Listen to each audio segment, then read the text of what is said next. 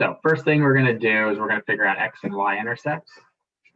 So if we set the y value or the f of x value equal to 0,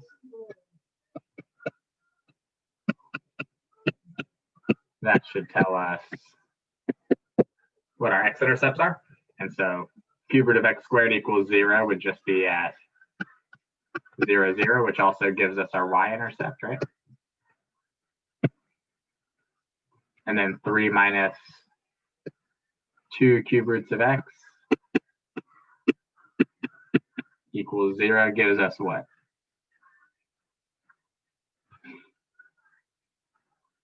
Cube root of x equals 3 halves, or x equals what?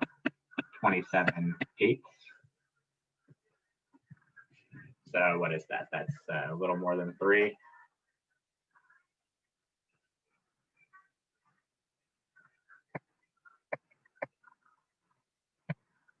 Everybody good with that? Oh. Yep. Yeah. All right. So now we'll do the calculus part. Right? We will first find a derivative. And I think it'll be easier for us to find the derivative if we distribute that through first. So f of x equals 3x to the 2/3 minus 2, and x to the 1/3 times x to the 2/3 should just be x. Now our derivative doesn't require the product rule. We can just use our rule. Yeah. Yeah. Okay. So derivative here should become what? 3 times the 2/3 is 2. 2x to the negative 1/3 and then minus 2. And we want to know first off when that's equal to 0, and second when it's undefined. So it equals 0. Well, we should probably write this as 2 over the cube root of x minus 2 equals 0. And we could say also that when is that undefined? It's undefined at x equals 0. 0. So that's one value we're going to look at. And then if we solve this, we end up with what? 2 over the cube root of x equals 2, or cube root of x equals 1, or x equals 1. Good or no? Wait, so is this the finding the derivative or the second derivative? I'm sorry, say that again. Because I'm just wondering where the 3x to the 2/3 minus 2x came from. Oh, I just distributed that through. So that it was Okay, and then you so we took the could use the derivative power. of it? Yeah, then we took the derivative. Sorry, f prime. Oh, okay. I should have wrote Got f it. prime there. I didn't write that. That's Okay. my fault. Yeah. So we got two values, x equals 0 and x equals 1. We'll make a sign chart with those. So plug in something less than 0, plug in a negative value into here, like negative 1,000 or something. What do we end up with if we try to take the 2 over the cube root of negative 1,000? That's negative 2/10, let's say, minus 2. This is a negative number minus something, so that's still going to be negative. Plug in something between 0 and 1, like, I don't know, something that's easy to take the cube root of would be like an 1/8. The cube root of an 1/8 is a half, so this is 2 divided by a half, which would be 4. Minus 2 is positive, so it looks like we have a local minimum at x equals 0, right? And then for this next one, greater than 1, plug in something like 1,000, and this is going to end up being negative. So looks like we got a local maximum at x equals 1. Everybody agree with that? Yeah. Can you explain, because like the graph for like cube roots, wouldn't it be undefined for everything less than 0 as well, and not just x equals 0? No. You can take the cube root of any number. You can take the cube root of a positive or a negative. Right? Cube root of negative 1, the cube root of negative 1 is negative 1. Right? Cube root of negative 8 is negative 2. So just with I see. even, Okay. yeah, even roots, you can't do that. But Okay.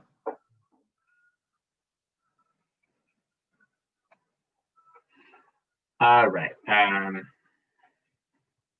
So let's find the value at 1 because we already have the value at 0, right? So f of 1 should be what?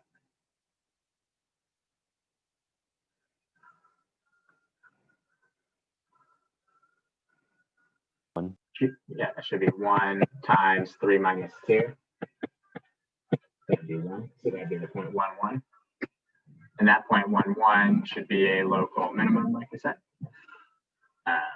Sorry, a local maximum. And then our point at 0 should be a local min.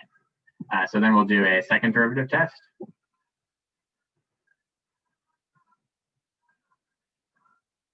So probably use the 3x to the 2/3 minus 2x to find our second derivative.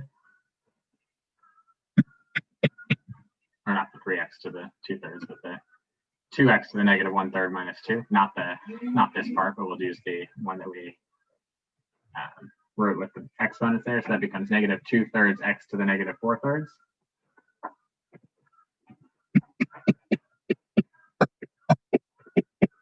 And if we rewrite that, that's negative 2 over 3 x to the 4/3 power.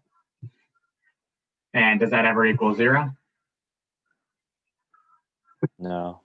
Nope, so it never equals 0, but it's undefined at x equals 0. X equals 0, good. And so the only thing on our second derivative sign chart should be a 0. If I plug in a positive number to this, when I take a positive number to the 4th power, I get a positive. And when I cube root that positive, I get another positive. And so the denominator's positive and the numerator's got this negative there. So negative. And if I put in a negative number to the 4th power is a positive. Cube root is positive, so we're going to end up with a negative again. So no point of inflection, which we should have known that there's no point of inflection because we knew that that was going to be a local minimum. And we know that our function is always going to be concave down.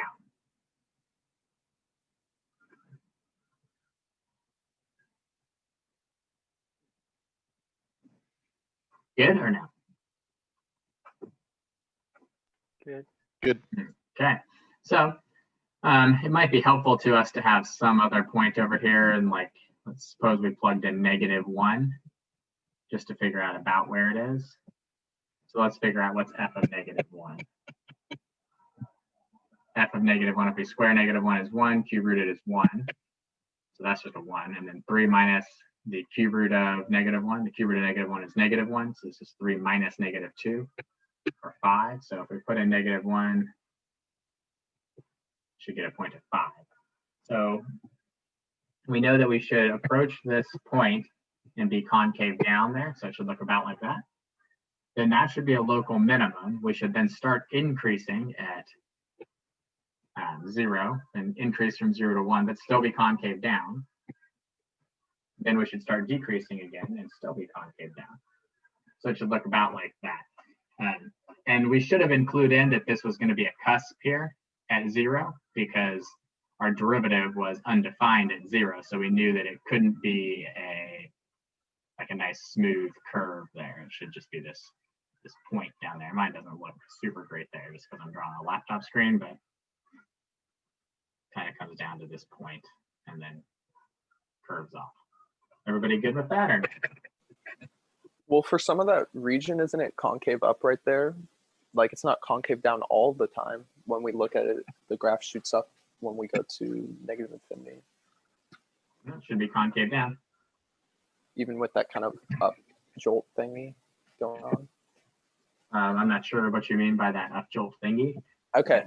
So when you shouldn't that be or for it to be concave down, wouldn't it, for the entire domain, wouldn't it have to be going y? Wouldn't the y value have to be negative? No. No? Okay, cool. No, I mean, it just has to have this curve to it, some sort of curve like that to it. Like you could, if you were to follow the trajectory of this the same continuously, like if you wanted to, you could curve it back down, right? Then that's telling you that it is concave down, but it doesn't mean that it has to turn back down. Just like well, I guess this one's, yeah, that one's concave. I was gonna say, just like if this one was concave up, and if I had something that was concave up, it could either be concave up and be decreasing forever, or it could be concave up and be increasing forever. Something could be concave down and be decreasing, or something could be concave down and be increasing. It doesn't mean that it has to have another turning point. It just has to follow that shape, sort of. So, yeah, definitely. Okay. And let's, just for fun, we'll see what it looks like on Desmos, because Desmos looks better than my chicken scratch. What do we have? We have x to the 2/3.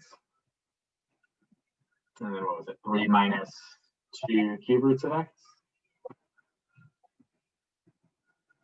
That's in the exponent. Well, I don't think it should be. What?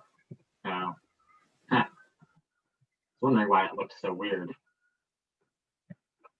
Couldn't see it because it was covered by this stuff from the other thing. What was it? 3 minus 2x to the 1/3? Yeah, there we go. So looks basically like what we had, right? And if we were to shrink this out, we could see, I mean, that's never coming back down, right? You shrink it out a lot, it looks like a straight line, but it's not. Everybody good with that?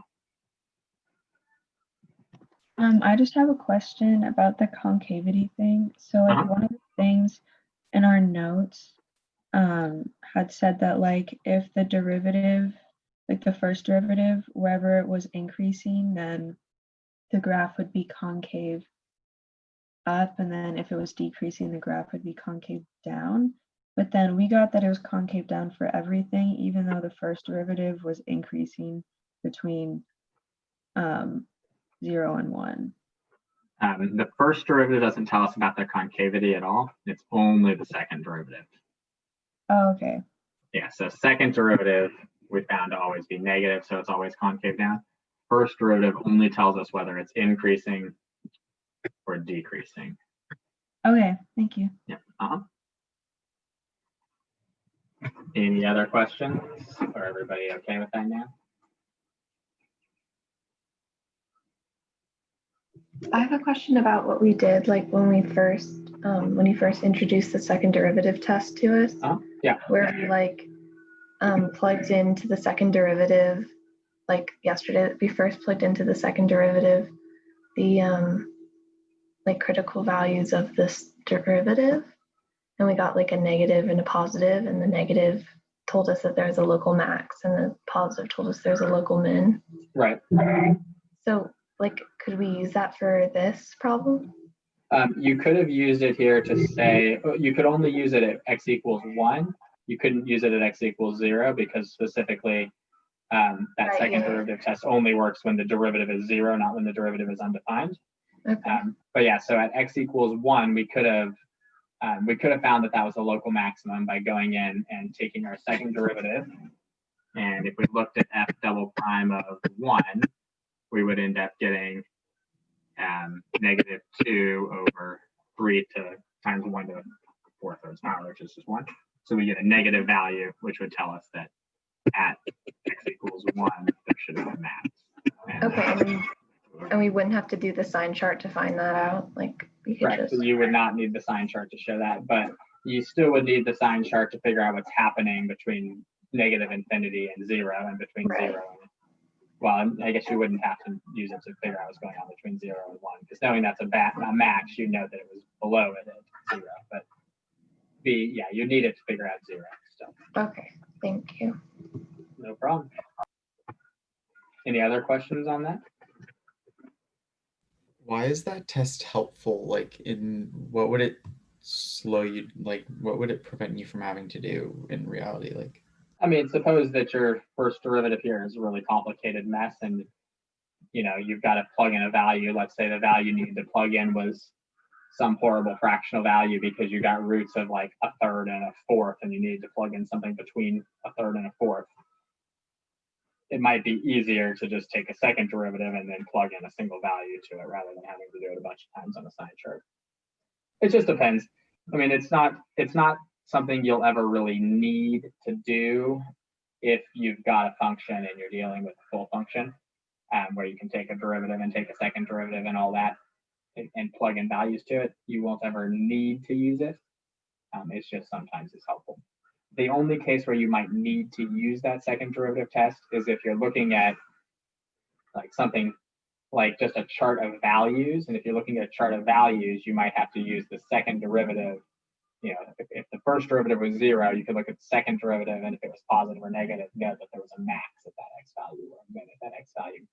Whereas you might not be able to plug in other values because you might not have them on a chart given to you. The AP test likes to give you guys charts. So we're going to do a bunch of chart problems eventually before the AP test, but not yet.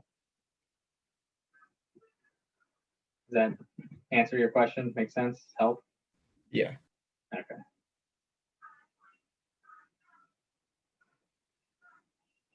Any other questions on that or anything else?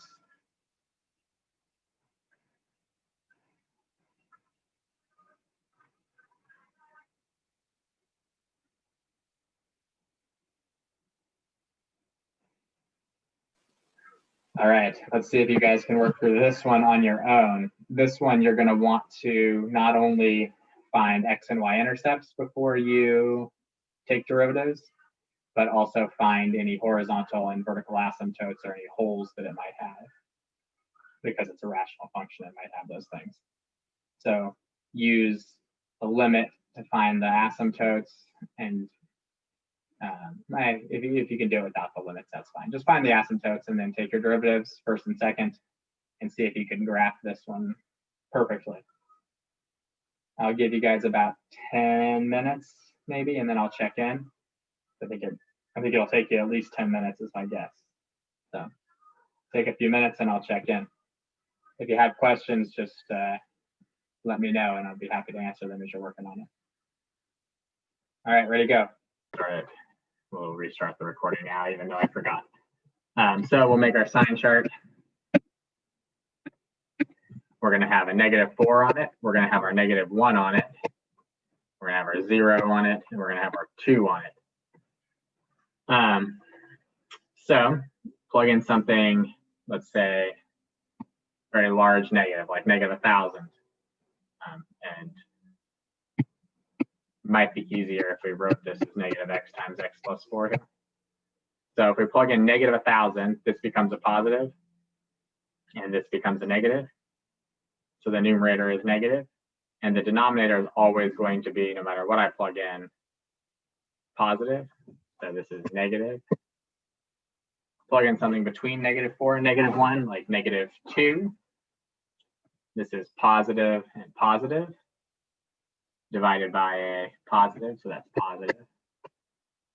So it looks like at -4, we have a local minimum. And then between -1 and 0, like -1/2, this is positive and positive. So we still have positive and we're increasing. At 0, or between 0 and 2, like 1, that's going to be negative and positive. So a negative over a positive, so decreasing. And something greater than 2, like 1,000, this will be negative, positive, divided by positive, so negative. Everybody good with all of that? Yeah. All right, so the important points that we're looking at here are -4 and 0. We already have 0, 0 plotted, right? So we need to figure out what f of -4 is. It should be 16 over 16 plus 4 minus 2, or 16/18, or 8/9. So -4, comma 8/9 is an important point on here. So -1, -2, -3, -4, and just below that asymptote. Good or no? Yeah. All right. So real quickly, I'm just going to say a couple things here because I forgot to restart the recording. We found our horizontal asymptotes using our rules for horizontal asymptotes, same degree, divide the leading coefficients. And we factored the denominator to find the vertical asymptotes. And then we set it equal to 0 to find the x intercepts, which gave us 0, 0, which was also our y-intercept. All right, everybody good? Hopefully. Yeah. All right, let's take a second derivative. So f prime was negative x squared minus 4x over x squared minus x minus 2 squared.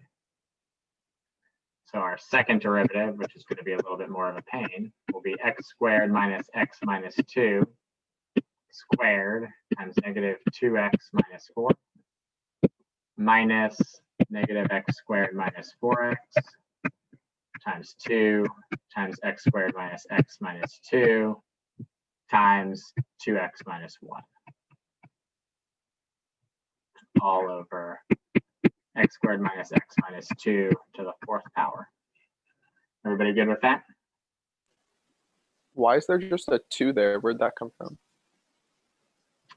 This 2 right here, that's from the derivative of the denominator. So u squared should be 2u times the derivative of u. So this is. So that's 2. Oh, okay, that's 2. Okay. 2 times u times the derivative of u. So now we note that they both have an x squared minus x minus 2 in them.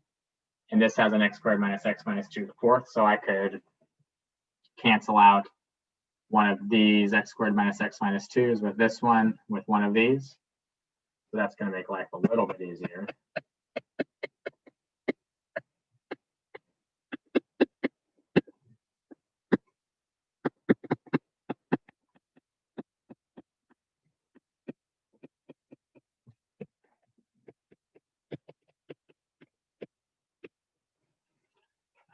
Doesn't look like there's anything else in there that'll factor out, so we'll just have to distribute that out and see when that's equal to 0 to see if we have any points of inflection. So that's going to give us negative 2x cubed and then minus 4x squared plus 2x squared plus 4x plus another 4x and plus 8.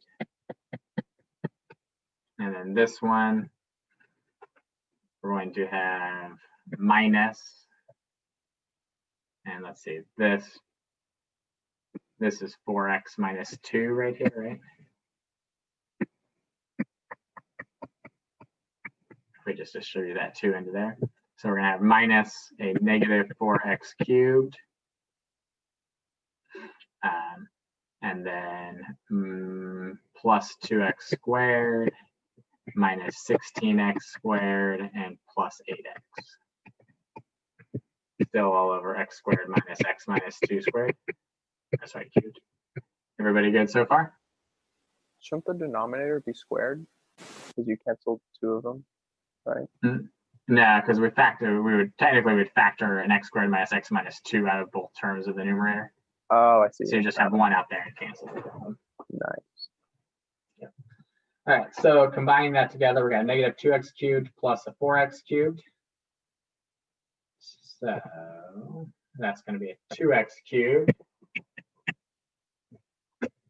And then our x squared terms, let's see, that's gone, that's gone. We're going to have a negative 4x squared plus a 2x squared. That's a negative 2x squared minus 2 more x squared. So that's minus 4x squared plus 16x squared. So that'll be plus 12x squared.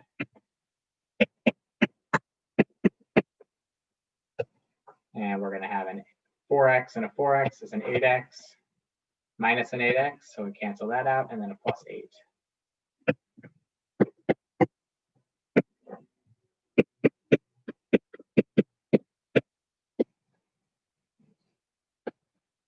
Good or no?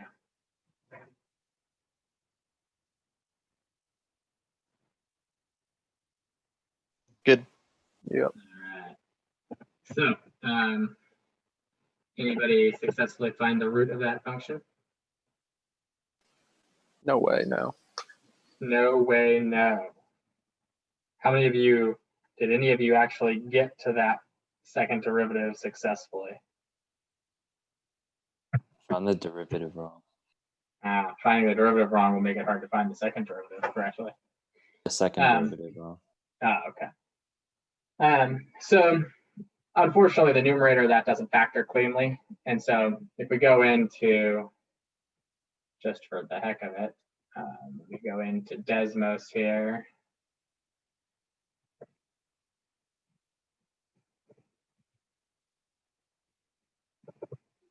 what do we have? We had 2x cubed plus 12x squared plus 8. And so we can see that there's one root of that. It's about negative 6.107. So we'll call that our root. So we'll say it's equal to 0 when x is about negative 6.107. And if we made a sign chart with negative 6.107, plug in something, well, we put a negative, not negative 4. Our asymptotes are negative 1 and 2. Is that right? Yeah. Yeah. All right. So plug in something between negative 1 and 2, like 0. That's going to give you a positive over a negative. So that's going to be negative, concave down. Plug in something greater than 2, like 1,000. It's going to be a positive over a positive here. 1,000 squared minus 1,000 minus 2 is still going to be positive. So when you cube it, it'll be positive. So concave up. Plug in something like negative 2. If you plug in negative 2 to the numerator, that's going to be negative 16 plus 24 plus 8. That's going to be positive. And if you plug in something like negative 1,000 into it, this is going to be a very large negative here, right? So the numerator is going to be negative, and your denominator will end up being positive. So we'll have a negative there. So it looks like we have how many points of inflection? 3. No, that was the answer I was hoping somebody would say so I could yell no at them. We only have 1, right? Because negative 1 and 2 aren't defined on our original function. Those are just our asymptotes. So we actually only have 1 point of inflection at this negative 6.107 value. Does that make sense? Yep. Okay. Wait, when you plug in 0, why is it negative? Well, the numerator is 8, right? Yeah. And the denominator is 0 minus 2 cubed. So negative 2 cubed is negative 8. Oh, I thought that was a square. Nah, it's just my bad laptop screen handwriting. All right, so we got a point of inflection at negative 6.107. Might be good to figure out what the value of our function is there. So what is f of negative 6.107 approximately equal?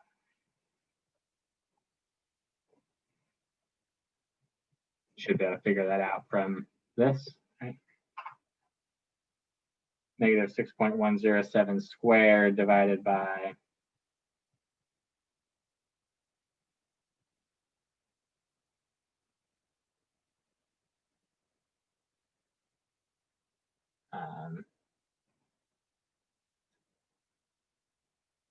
anybody got an answer for that? Faster with our Somewhere calculator. close to 36 over 28. Somewhere close to 36 over 28. You just plugged in 6. Yeah. It comes out to be about 0.9. It's 0.9008003 if we round it. Okay, so about 9/10. So we could go in and we could plug in that point around negative 5, negative 6. What is that? Negative 4, negative 5, negative 6, 9/10. So right about there. So getting a little bit closer to that asymptote, right? So if we follow all of the stuff we got in there, we're going to do this left-hand piece last. Between negative 1 and 2, our function should have been increasing to 0 and then decreasing after 0 to 2. And it should have been concave down. So in the middle, we've got something that's looking like this. Greater than 2, we're going to have something that is approaching this asymptote, and it should be decreasing, and it should be concave up. So the only way to have something that is both a decreasing, concave up, and approaching that asymptote would be like that. Everybody good with that? Did we have any minimums or maximums? The only minimum or maximum so we had were this one right here at 0, 0, which should have been a max. It's just my graph is bad because I'm drawing on the laptop. And we also had this one at negative 4. Okay. Right. We had minimum at negative 4 and a maximum at 0. All right, so now comes the more difficult part, which is sketching the left-hand side. So from -4 to -1, our function should be increasing. And it should also, from -4 to -1, be concave up, as well as concave up from -6.107 to -1. So what we effectively have happening here is a function that is concave up, crossing through that asymptote, and still concave up till here, but then switches to be concave down at -6.107 along here, approaching that asymptote. So it's very close to the asymptote, concave down, turns concave up, hits a minimum, and then crosses back through the asymptote and goes up towards the vertical asymptote, which is a little bit hard to see because we don't have a lot of space and it's hard for me to draw on here. But I'm going to put it up on Desmos so we can take a look at it. X squared over x squared minus x minus 2, right? So we got the middle part, right? We got the right-hand piece, right? And then here, we can see that at -4, there's this minimum, and it's concave up, and it's approaching the vertical asymptote, and it's then increasing back up, and you can, hopefully you should be able to see that it's getting closer to that y = 1 line after it hits -4. And around -6, and it's really hard to see here, but it was concave up, and it changes to become concave down. Good or no? If you were to give this on like a past year's test, would anyone like actually get it or no? Oh yeah, definitely. I mean, their graphs might not look perfect, but they would get those points of inflection and they would get the minimum maxima for sure. Yeah. Sorry if that's a disappointing answer to you.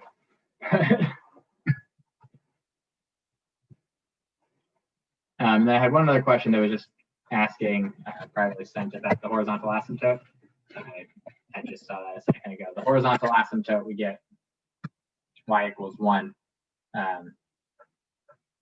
I just said, well, let's look at the leading coefficients since the degrees are the same, right? It's x squared over x squared minus x minus 2. So the degrees are the same. So divide the leading coefficients. 1 over 1 gives you y = 1. And since it's a rational function, it's the same to the right and to the left. But you could also do a limit as x approaches infinity of f of x. And that's infinity over infinity. So you could use L'Hopital's rule and get 2x over 2x minus 1. And then use L'Hopital's rule again to get 2 over 2, which is 1. Any other questions on that? For the right side, like on Desmos, there isn't that little hump like at the top. Like, why is that? You mean right here above 0? No, on the right side. The yeah, that one. Like, yeah, like on Des. Yeah, so like that little like hump at the top type thing. The maximum, it looks like, on your graph. Oh, this? Yeah. That's just my arrow. Oh, oops. Okay. Yeah. I thought that. Okay, that looks weird. Okay, my bad. That's all good. Yeah, my handwriting's already bad, and then put me in front of one of these laptops and have me try and write on it as it, I don't know, comes out even worse than it would look if I was in the classroom. All right, so I bet you guys would like some more of these to practice, yeah? Yeah. Yeah. Yep, Yeah. that'd be nice. Yeah, I'm going to post a bunch of problems to practice. Now, I'm not going to show all the graphs of them because you should be able to just look on Desmos and see if your graph is right. But I'm going to post a bunch of ones to practice that would be, good for you to do.